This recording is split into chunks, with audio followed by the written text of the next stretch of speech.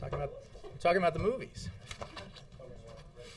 Anybody see any good movies lately? There's a movie about Spain.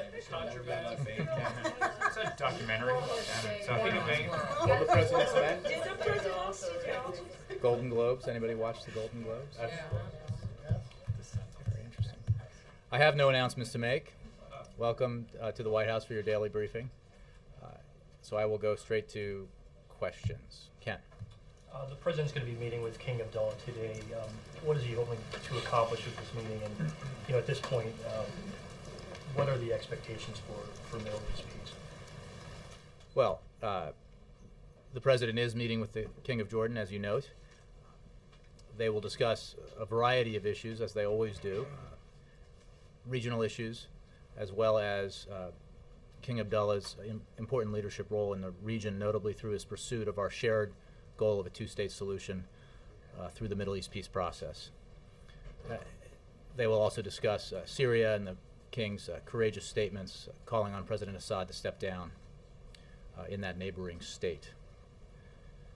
As for our view of the peace process, we commend the Jordanian King for the role he's played in the talks and the renewal of talks. We believe that those talks offer the parties a real opportunity to make meaningful progress towards peace. This is a difficult issue. It has long been a difficult issue, and it has its best chance of reaching a positive result when the two sides are sitting down, negotiating face to face. That's the way to bring about peace. That's the way to resolve the issues that divide the Israelis and the Palestinians. So we support this progress. But we obviously recognize that there's a long road to travel here to get to a final result. Israeli Prime Minister Benjamin Netanyahu said this morning that Palestinians have no interest in entering peace talks. Does that perhaps put some cold water on these discussions? Look, we don't characterize other leaders' remarks. We're focused on a process here, and the reality that the way to achieve peace is through face-to-face direct negotiations. The fact that there has been some progress made in that regard is a good thing. We're certainly not going to overstate it. There are many thorny issues to resolve, but this is the mode and the forum by which you can get this done. Yes, Reuters.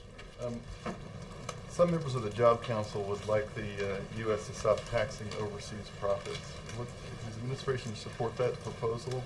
And what's the administration's take on the proposal to open up federal land to more exploration of oil, gas, and coal? Well, I don't have any announcements to make on the specific policy that you mentioned. I would note that of the 35 recommendations from the Jobs Council that don't require legislative action, the administration has taken action on 33 of them and completed implementation on 16. That includes, most recently, from last week, the establishment of Select USA, or rather that was in June, but the insourcing forum that the President had highlighting this very important trend in American business, where American companies are bringing jobs back to the United States, which is a very positive thing indeed, and the efforts the President wants to take to increase that trend. The fact of the matter is, on oil and gas production, we have higher oil production in this country in 2010 than we've had since 2003. This President's committed to an all-of-the-above approach in our energy development, which means increasing production here at home, a focus on natural gas and its importance for our energy future, as well as investments in clean energy. We have some stats here on the fact that last month the Department of the Interior held a major oil and gas lease sale covering more than 21 million acres in the Gulf of Mexico that are currently not leased. Also last month, as part of the President's effort, the Department of the Interior held a lease sale that covered over 140,000 acres in the National Petroleum Reserve in Alaska. And the point of this is that we're absolutely committed to increasing domestic oil and gas production. but to do it in a safe and responsible way. We believe that's possible, and the facts that I just laid out to you demonstrate that. Let me move around. Bill. Jay, is Newt Gingrich correct in calling the president the food stamp president? The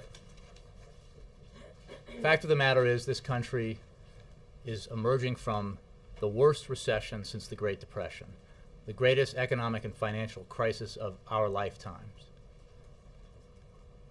When this president took the oath of office in January of 2009, our economy was in free fall. We were hemorrhaging jobs at the rate of nearly 800,000 a month. The economy was contracting or had contracted in the previous quarter, the last quarter of President Bush's term in office, by nearly 9%. The result of that terrible recession was a dramatic increase in unemployment and a dramatic increase, or an increase rather, in the number of people who needed assistance. I would simply say that those are the facts, and the economic policies that helped create that situation are ones that, in the case of the candidate you just mentioned, he supported. And they're the kinds of policies that he advocates to this day. This president takes a different approach.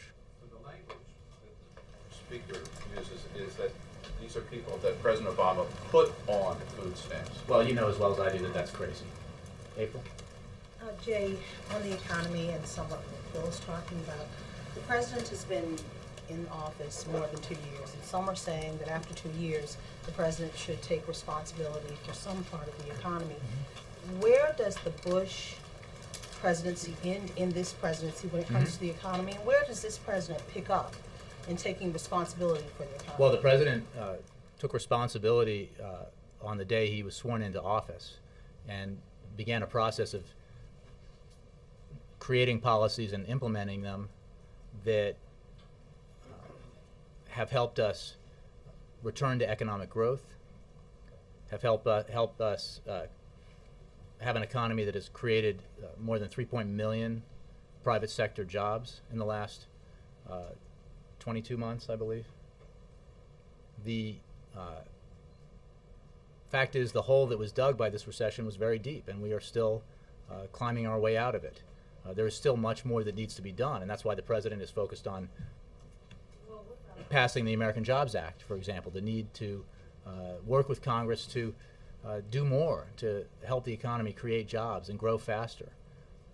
That's why he is so insistent that the Congress act to extend the payroll tax cut through the end of the calendar year and extend unemployment insurance through the end of the calendar year. And the president expects that Congress will do that without drama. And there's certainly been some indication that members of Congress agree with that approach. But also there's the issue, you're talking about the hole was deep. Do you think that we could go back into that hole with another component of the economy, the possibility of gas prices going up to $5 a gallon?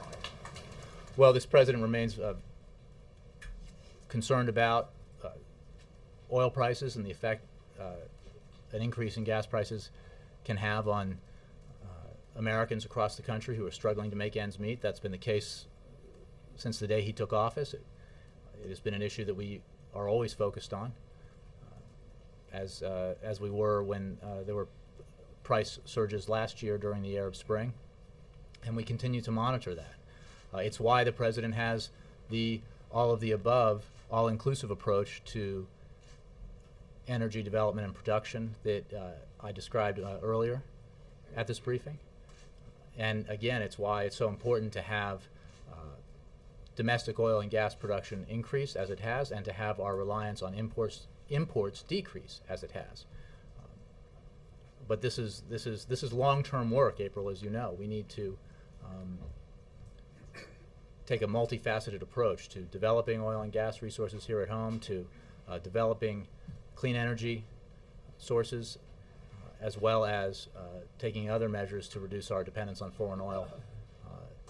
And broadly, not just regarding the price of oil, but helping the middle class through the measures this president has put forward to get on sounder economic footing. That is the number one objective, domestic objective, that this president has. Dan, did you have? Jobs Council and their recommendations, those that will require congressional approval, what are the chances that there will be any real progress there when the President himself pointed out this morning that in an election year it will be difficult to get some of these things done? Well, that is certainly often the case, that election years can create a difficult environment for legislative action. However, there are notable exceptions to that. Those of us who were here in 1996 remember a great deal of cooperation between a Republican Congress and a Democratic president. We certainly hope that that will be the case this year. There's a lot of work to be done, and there's a lot of work that can only be done through legislative action, through the kind of bipartisan cooperation that this president has stood for since he took office. And there's a great deal of opportunity out there for that kind of cooperation if leaders in Congress want to go in that direction, and if Republican leaders in particular want to go in that direction. The president has put forward an agenda of economic and job creating initiatives that are the kinds of initiatives that have traditionally enjoyed bipartisan support, that have traditionally garnered the kind of Republican support in the past that has ensured that these kinds of measures become law. Spending on our infrastructure, for example, the kind of investments that help our economy in the long term but also put people back to work right away. Idle construction workers who could be working right now if that element of the Jobs Act were passed by Congress and signed into law by this president. Certainly the president would endorse that and hope that he hopes that happens.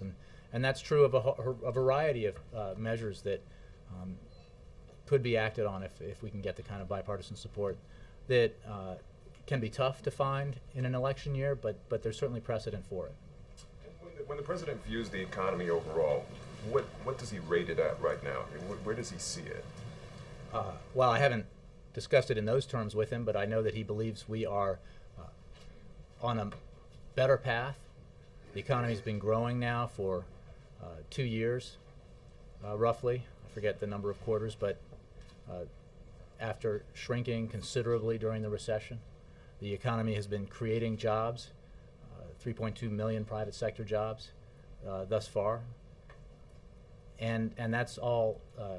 Those are all good signs of positive progress, but none of it is enough. This president is keenly aware of the fact that there are too many Americans out there who are still worried about losing their jobs or still looking for jobs and can't find them.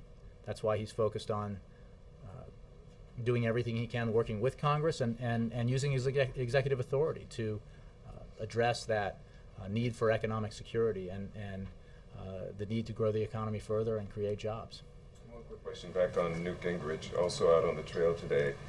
Someone in the audience was asking him about getting tougher on the president and whether when he was going to bloody his nose, and he said, quote, "I don't want to bloody his nose, I want to knock him out." What do you and what does the president perhaps think about this? I hadn't heard those comments, but look, the campaign trail is filled with exuberant rhetoric, and I'll just let that one pass. Jake? I'm sorry if you've answered this in the past and I missed okay. it. The National Defense Authorization Act, the President expressed concern about the provision that would allow the military to indefinitely detain an American citizen. Last night at the Republican debate, not only did Ron Paul express a concern about that provision, but Rick Santorum, not known for being libertarian or liberal on these issues, said that he thought the way the law was before was more appropriate than this new law. Is President Obama doing anything to rescind this provision that gives the military this new power? No, I appreciate the question. I have talked about it in the past, but as you know, we had concerns with the legislation as it was written. We worked with the authors of the legislation, and changes were made that allowed the president to sign the bill. And we have made clear in the signing of the legislation and in our discussions afterwards that the president retains the flexibility that he believes is essential for the commander-in-chief to make sure that our people in the field have all the tools necessary to do their job, and that make sure that we are handling these matters in a way that are consistent with our values. So we will implement the law in a way that makes that achievable. But that's a signing statement that says this is how you're interpreting the law. But the law is the military now has the power to indefinitely detain an American citizen if they suspect them of terrorism. And I understand that the president's going to interpret it his way, but he's not going to be the president forever. He might not even be the president for Well, I have no 2 updates for you years. on since the law was just passed and signed. There's no plan On to well, try to- I would just say that we've made clear our concerns about it. We've made clear how we will approach implementation of it, and you know how this is revisited, if it is revisited, remains to be seen. But at this moment, I think the president's been very clear about the values he brings to it and his the method, or rather the approach he will take when the law is implemented. Would you disagree with the way that civil liberties groups and Rick Santorum are interpreting the law? I mean, is it not? Well, I would just refer you to the president's statement, signing statement about it. But that's not a declaration. I'm not talking about how he's going to implement it. I'm just talking about the law as it stands on the books. Well, I understand that, and we've made clear what our position is on how it needs to be implemented in a way that's consistent with our values, in a way that maintains maximum flexibility for our operators in the field. Well, let me just ask this final question. Are you comfortable with how any president in the future might interpret that law? Well, Is the president comfortable? again, that's a hypothetical about the future, and in terms of how we will approach this issue in the future, I don't want to speculate. I can just point you to the way we have discussed it, and the signing statement, as you mentioned, that the president used when he signed it into law. Yes, Nora. Jay, the centerpiece of the president's economic or tax policy has been that everybody pays their fair share. Mitt Romney this morning was asked about his tax rate. He said that he pays closer to the 15% rate. What does the president think of that? Well, I haven't discussed that with the president. I think you know from what the president has said and others in the administration that he believes very strongly that, or he agrees rather, with Warren Buffett that those who are making millions of dollars, millionaires and billionaires say, should not pay a lower effective tax rate than middle class Americans. As Warren Buffett put it, he should not pay a much lower tax rate than his own administrative assistant, his own secretary. That the president shares that belief, and I think that this only illuminates what he believes is an issue, which is that everybody who's working hard ought to pay their fair share, and that includes millionaires who might be paying an effective tax rate of 15% when folks making $50,000 or $75,000 or $100,000 a year are paying much more. He thinks we ought to fix that, and that is an element of the approach he takes in his economic proposals, as you know.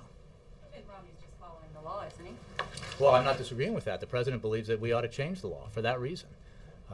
His policies about the need for everybody to get a fair shot and to pay their fair share have been quite clear. We've had a lot of debates about it already with Congress, and I assume we'll have a debate about it this year once the Republicans choose their nominee. The president feels very strongly that everybody needs to pay their fair share and that everybody therefore gets a fair shot at the American dream. And that would apply to somebody paying 15%, an effective tax rate of 15% on millions of dollars of income. We don't know exactly the rate that Mitt Romney is paying because he has not released his tax returns. He says that he said last night in the debate that he hadn't planned on releasing his tax records, but that most likely he's going to get asked to do it in April. Well, what's the question? Sorry. Yeah. Chomping at the bit. I was anticipating. But go ahead. Why should he have to release his tax records? Well, look, it's not for us to call on someone to release his tax records, but it is an established tradition for presidential candidates to release their tax records. Then Senator Obama did release multiple years of his tax records, and obviously has released his tax records as tradition dictates since he's been president. And the president's not unique in that regard.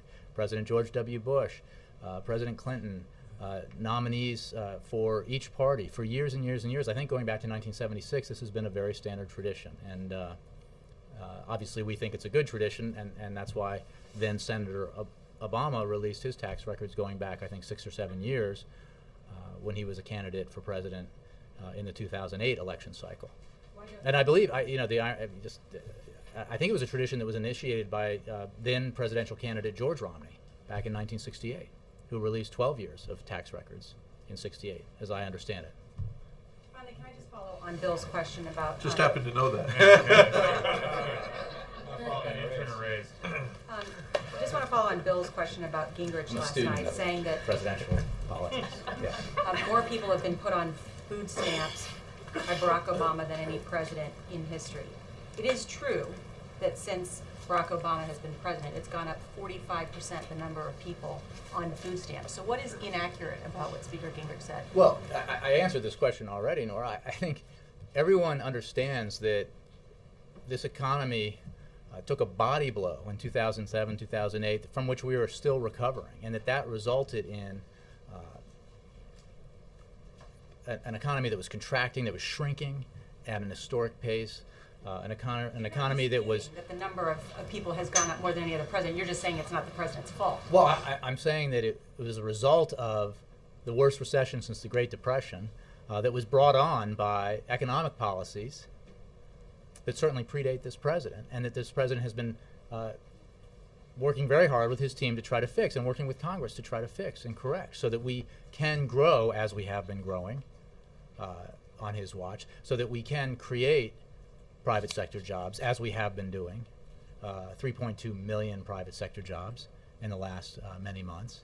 And that's the direction that we need to be going in, not the direction that we were headed into when he took office 3 years ago, almost to the day, when the economy was in free fall, when there was talk of another Great Depression, there was talk of unemployment as high as 25% potentially.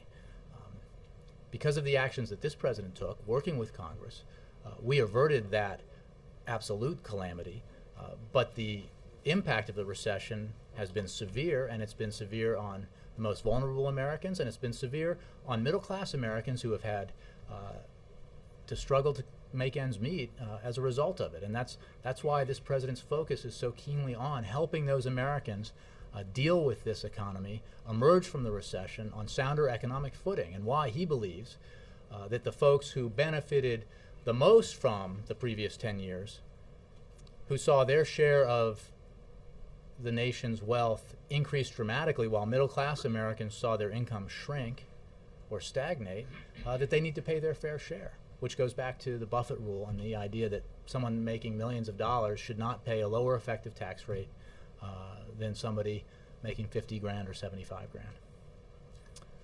All right. Thanks. Over the weekend, the White House expressed opposition to the current form of the Online Privacy Act. And I wonder whether it's fair to describe this as the White House siding with Silicon Valley over Hollywood, and how important is it to the White House that some version of this bill pass? I don't believe that that's an accurate way to describe it. I think what you saw in the exposition of the administration's position over the weekend was a keen focus on the need to do something serious about online piracy, especially by foreign websites. It's a serious problem that requires serious legislative responses. But we will not support legislation that reduces freedom of expression, increases cybersecurity risk, or undermines the dynamic, innovative global internet. And that's the approach and the balance that we think needs to be taken as we work through this issue in Congress, and as the stakeholders who have a lot of important contributions to make to the debate engage with Congress as this legislation moves forward. So we made very clear over the weekend our opposition to what's called the DNS filter, because we believe it creates a cybersecurity risk, and that's something that we are a direct player in, because obviously national security and cybersecurity are something that we are engaged in directly. As far as the interests of private sector actors, I mean, there are legitimate concerns on both sides, and those needs to be addressed. That's why we need to maintain internet freedom. That's why we need to do something serious about online piracy from foreign websites. But our position on this, the approach that we believe is the best approach to take, we did spell out over the weekend as a result of the We the People petition.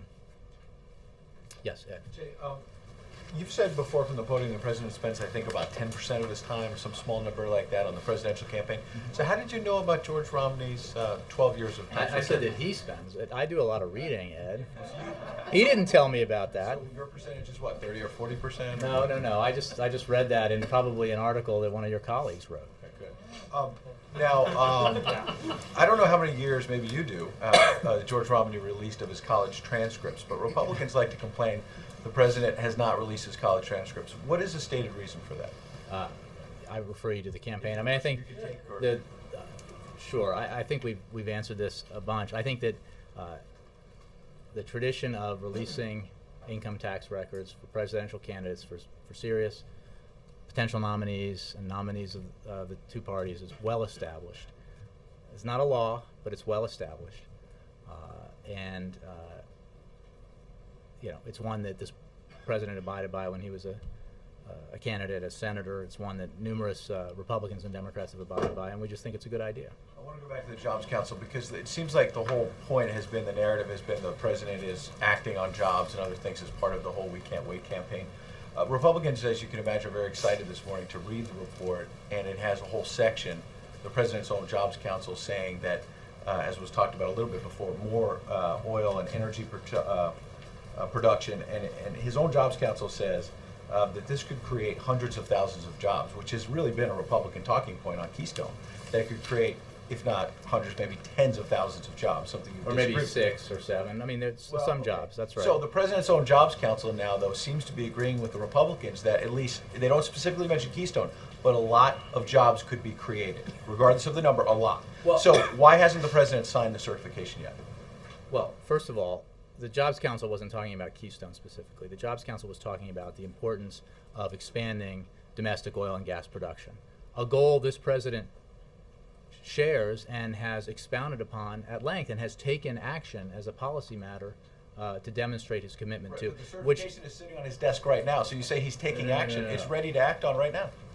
What certification? You mean the Yeah, the 60-day clock started running on the president. You're talking about the yes or no on congressional, Keystone the political ideological action by Congress to try to short circuit a process that is long established. Excuse me, but the president signed that into law, correct? And Even though you say think you signed it into law, you apparently right? know that there is no alternate route yet in Nebraska, right? Sure, but he signed So this he into should- law he that he has should- 60 days to decide. It's on his desk. You're saying he's acting on this. Why hasn't he acted on Keystone? Ed, the State Department runs this process, as you know, which is a precedent that long predates this administration. The delay in the review was a result of concerns in Nebraska about the route by which the pipeline was meant to take, the route that the pipeline was meant to take through Nebraska and how it would affect the aquifer there.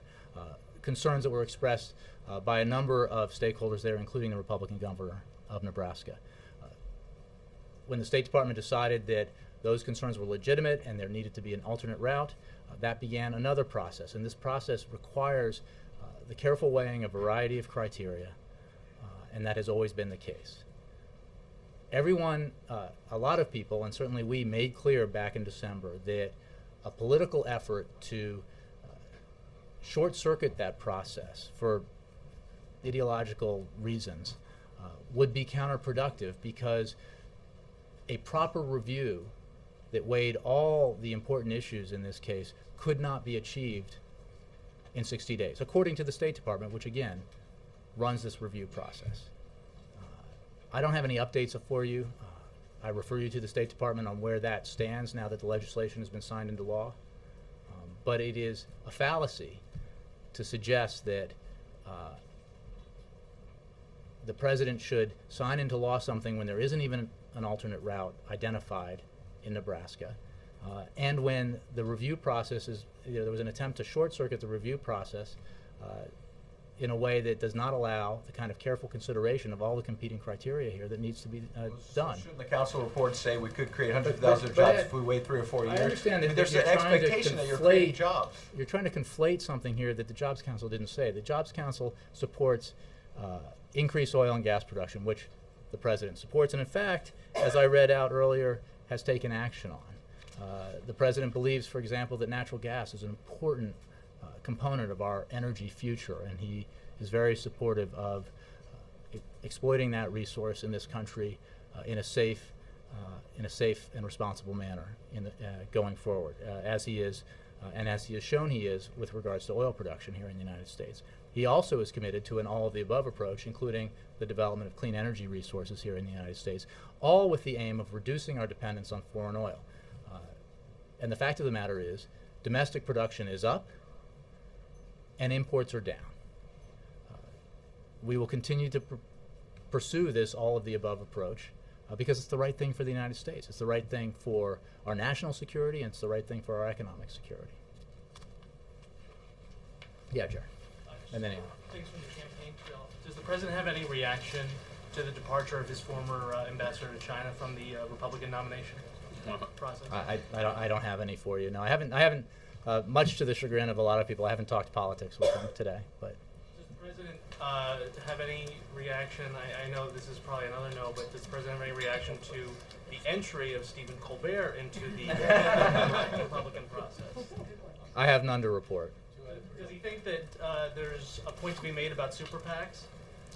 Again, I just haven't had I haven't spent my valuable time with him today talking about these issues. And lastly, if I can go 0 for 4, does the president You have could try one that I can answer. any concern? Let everyone else do that. Does the president have any concerns about moving his acceptance speech of the Democratic nomination to Bank of America State? The president, well, first of all, I would refer you for more information about this to the campaign, but the president looks forward to delivering his acceptance speech in a stadium with a large capacity, much as he did in Denver in 2008. That allows for greater participation by Americans from all walks of life. That's the reason why he did it in 2008 at an Invesco field, and that's why he'll do it later this year in Charlotte. That's the biggest venue, and he looks forward to holding that event and delivering his acceptance speech before tens of thousands of Americans in person, as well as we certainly hope many millions of Americans watching on television. So the choice was made based on the size of the venue? Yeah, he wants as many Americans as possible, as was the case in 2008, to be able to participate. Ann. Want to move the State of the Union to a stadium? That is a great idea. That's, Where's the State of the Union stand? How far has he gotten along with it? Will he be able to incorporate any of the long-range jobs proposals, put in particularly something like significant tax reform? And is this speech this year, because it's a re-election year, a far more political approach than he would have last year? I don't want to preview any specifics. I can say that he's obviously engaged in the process of deciding what he wants to be in the State of the Union address, the issues he wants to address, the policy proposals that he wants to include. I think that it will be, as is tradition, something that is very substantive, a speech that will contain a lot of policy substance, and I think that he looks forward to the opportunity to describe his vision going forward to the American people about the kinds of things that he can do and that he can do with Congress to help the American economy grow and to help middle-class Americans feel more economically secure. Look, there are going to be a lot of opportunities, including in Charlotte, for the president to give political speeches. This will be heavy on substance. Well, but you talked a moment ago about this being a difficult environment in an election year for legislation. Will he be more along the track of going to do things my way without the help of Congress? I think he will echo the themes that we've been talking about, he's been talking about for a long time now. I mean, broadly speaking, that he's been talking about since he began running for this office back in 2007, which is the need to help the middle class, which even prior to the beginning of the recession had been under a great deal of stress. That will be a theme that you'll hear certainly at the State of the Union address. And he'll talk about the need to do everything he can legislatively, working with Congress, as well as the imperative that he do everything he can using his executive authority to help the American people, to protect them, to give them greater economic security. Those are themes that you'll hear, but they are also themes that you have heard from him, and there will be a great deal of consistency in that. Sounds pretty familiar. Well, no, again, there will be, I think, there will be plenty of things within the speech that you will consider new and newsworthy. Just a quick follow on that, and echo theme. Will we hear the phrase "win the future," or is that a line in the past? I'm not going to preview specific elements of the State of the Union address from here today. Kristen? Thanks, Jay. During the Jobs Council meeting, the President talked about the Consolidation Authority proposal that he's going to be sending to the Hill. Is that legislative language complete, and is the goal to send that to the Hill before the State of the Union? I'll have to get an update for you on that. I know that we will be sending proposed legislation to the Hill. I don't have a specific day for you. But Do you know if there have been any phone calls, letters written sort of ahead of sending the legislation? I expect there has been communication, at least at a staff level, but also I'm sure with some members about it, those members who take a specific interest in it. The President looks forward to Congress taking action on this. This goes back to some of the questions that I had earlier about whether or not there's the potential for bipartisan cooperation in this election year, if you will, and I think this is a perfect indication of an opportunity. Consolidating government, streamlining it, making it more efficient, and writing into law through the Consolidation Authority the requirement that the President who receives that authority use it in a way that reduces costs, I think is something that every American should support, and certainly that Republicans would normally be supportive of. So with any luck, Republicans as well as Democrats will support granting the President Consolidation Authority, and then he can move on his the first initiative, which Jeff Zients described for you last week, which is to bring under one roof the 6 agencies that deal with promoting American business and our competitiveness abroad. AJ, on Iran, the OPEC governor there said on Tuesday that a European embargo on Iranian oil would be, quote, economic suicide for Europe. Does the administration still view the tone that's coming out of Iran to be suggestive of the fact that their currency is in a downward spiral, or is there a real concern that we could in fact be nearing some sort of a military engagement with them?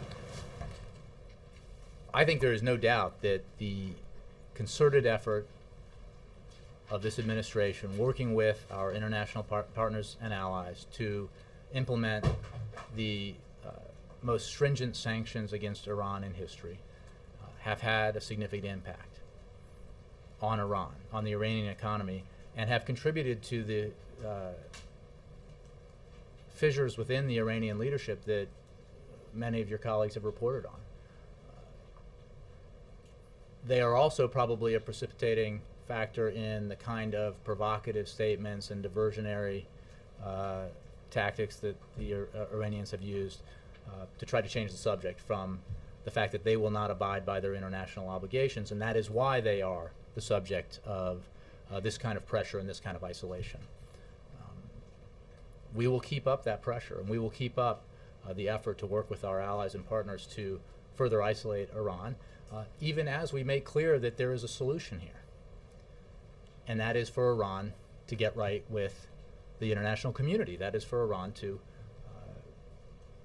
abandon efforts to pursue nuclear weapons and to abide by its international commitments. That's the path forward for Iran. We will continue the effort to isolate and pressure Iran, working with our international partners going forward. We think it's been effective, and we hope that the Iranian leadership will choose the path of working with the international community to abide by its obligations. Steve? Just to follow up on that, that view of the sanctions doesn't seem to be shared by Prime Minister Netanyahu, who said yesterday that they would only be real and effective if they included petroleum sanctions, sanctions on the central bank. And there were reports also that the administration had asked Israel not to take a unilateral early strike against Iran.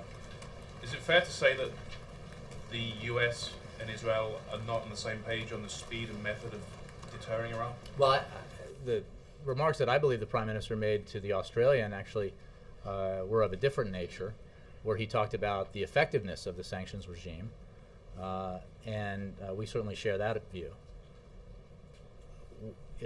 Israel is a key ally and partner, and Israel has a profound interest in the effort to pressure Iran into abiding by its international obligations, as do many nations in the region and the world. We believe that, as I was just describing to Kristen, that effort is unprecedented. I mean, it is a demonstrable fact that it's unprecedented, that we have the kind of international consensus, the likes of which we have not seen in the past. Certainly the kind of consensus that did not exist prior to this president taking office. And that has made the fact of Iran's non-compliance all the clearer to the international community. And it has contributed to the kind of internal tension that you've seen within Iran, and it's certainly had a dramatic impact, or a significant impact, on the Iranian economy. So you take the Israeli position to be what was expressed in the interview with the Australian, and not what Netanyahu No, I'm simply said? saying that you can cherry pick some of the quotes. We have worked very closely with the Israeli government, with the Prime Minister, as we do on a number of issues, and we believe that the approach we've taken has put unprecedented pressure on Iran to change its behavior. It has isolated Iran far more effectively than past efforts, and we certainly hope that, and we will continue to ratchet up the pressure and the isolation, working with our allies, until Iran abides by its international obligations and works with the international community in a way that assures all of us that it is not and will not pursue a nuclear weapon. Ken?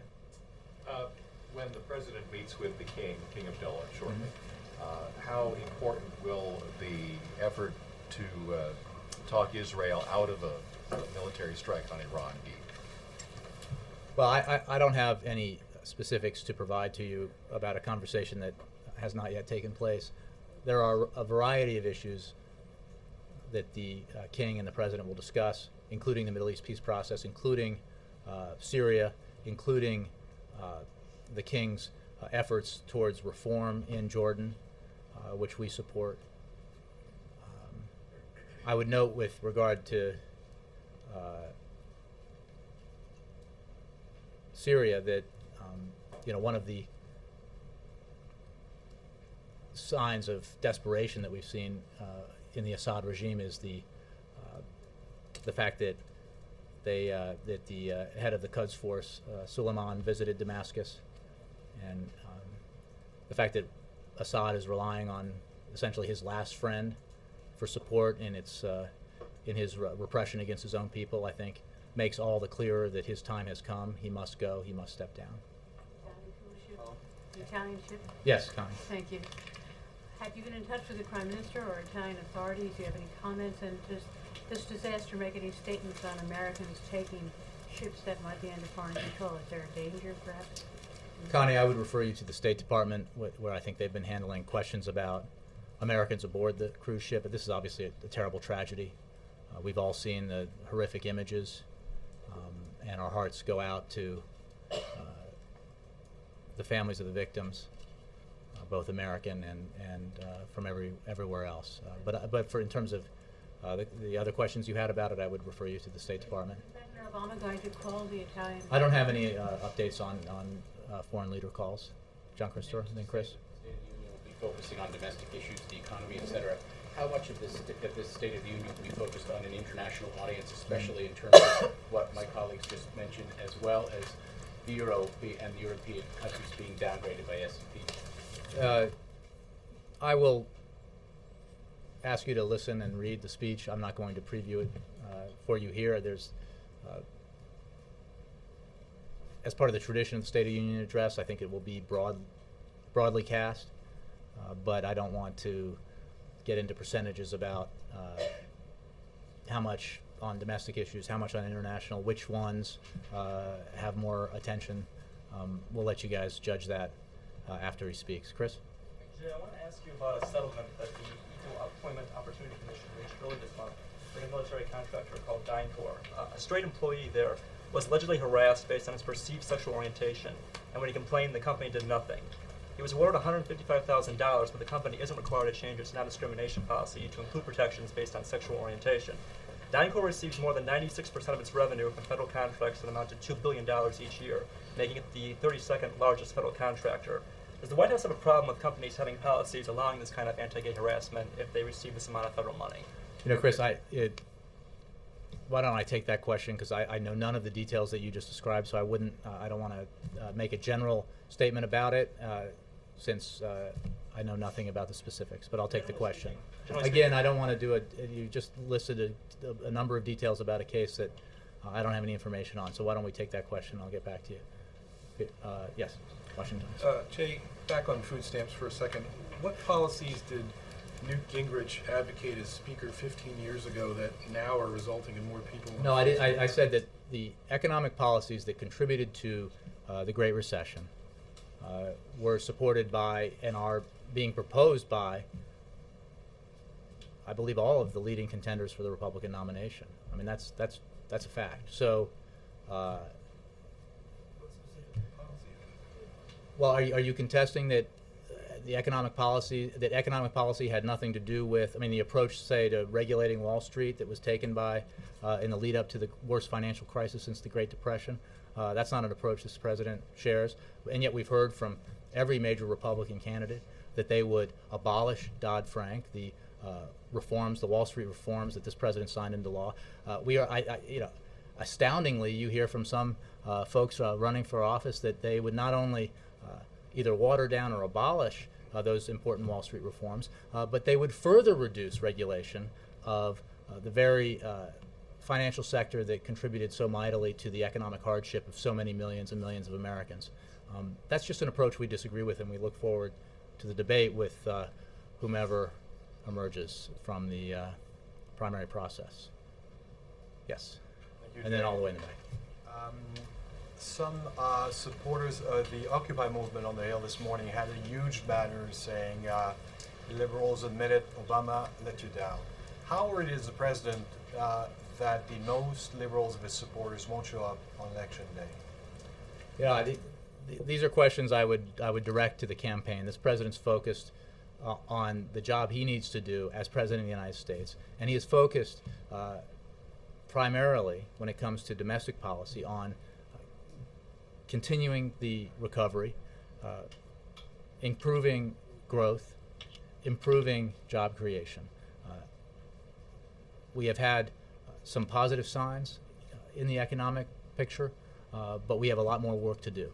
We have, over the last many months, seen the creation of 3.2 million private sector jobs, but we have a lot more that need to be created in this country so that we can get to the point where every American who wants a job and is looking for a job can find a job. So that's what this president is focused on. I think that he looks forward to the debate about who has the better economic plan, who has the best blueprint for our economic future. But that time hasn't come.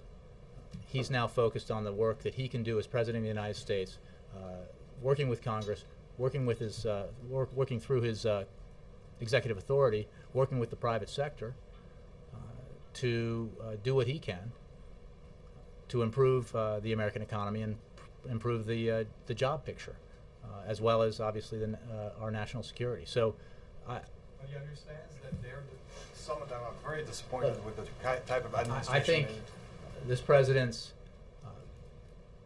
very focused on the job he needs to do. The fact is that Americans of every persuasion support the idea that we need to take action to help the economy grow, support the idea that we need to do the kinds of things that can put more Americans back to work. That message that the President brought when he put forward the American Jobs Act was supported by a broad majority of the American people, including progressives as well as independents and even conservatives. So he's going to keep pushing that agenda, keep pushing that approach, and he'll let the politics of this take care of itself. Thank you very much.